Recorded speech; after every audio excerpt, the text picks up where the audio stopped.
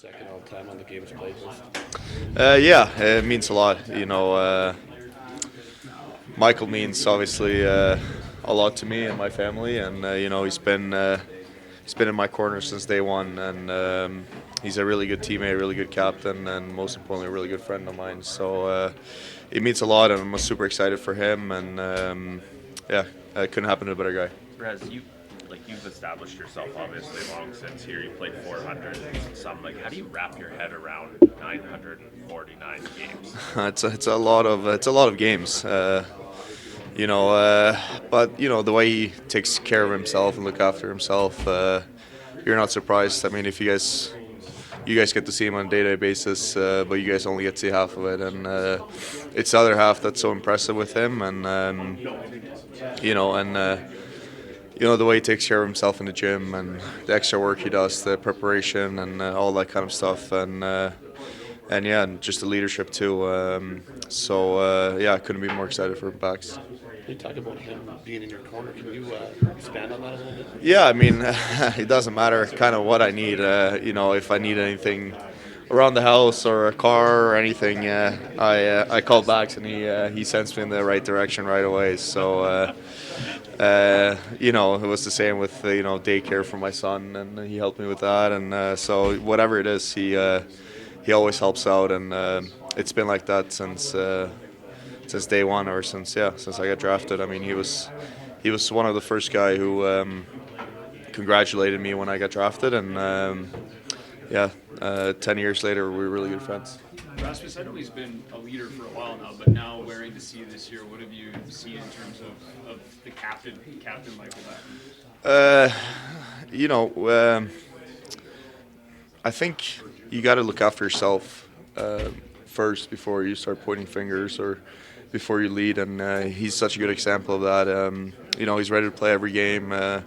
Doesn't matter if it's a O zone or D zone face off, it's a penalty kill, power play. He's out there and he leads the way. And if someone's not doing their job or if someone's playing well, he lets the guy know. And it's that accountability he stands for around here, and that's the one thing I've been really impressed by him so far this year. It's the accountability towards everyone.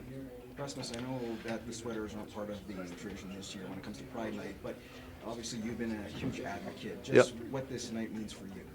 It means a lot. It's an opportunity for everyone, in my opinion, and I've said it before. I think hockey is and should be for everyone. It doesn't matter who you love or how you look or whatever it is. It's it doesn't matter. It doesn't matter who you are. If you want to play hockey, if you want to come and watch hockey, this is a place for you, and everyone is welcome. And it's a big part of my life, and I'm obviously a huge supporter of it. So I'm really happy we get to do these nights, and I'm proud of the organization that we find a way, even though we can't do the warm-up jerseys anymore. We find a way to support it, and we find a way to really push for it.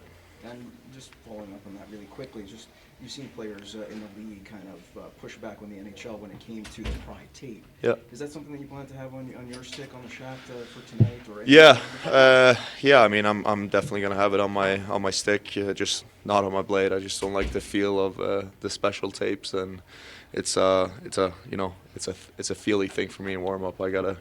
If I feel the puck nice, I usually play good, so I have it around my shaft instead of the blade, and I think whoever wants to have it on, they have it on, and if you're not, you're not. It's everyone's own decision, but I know where my head is at, and it's with the Pride, and once again, I'm really happy we do these kind of nights. We know last year was a bit difficult for Jacob Markstrom, but we've seen, at least with the eye test, the saves he's been making and how he's been playing well for you guys. I'm just wondering from your vantage point, what it's been like for him, what it's been like for you to see him kind of push away how bad last year has been and kind of turn the corner.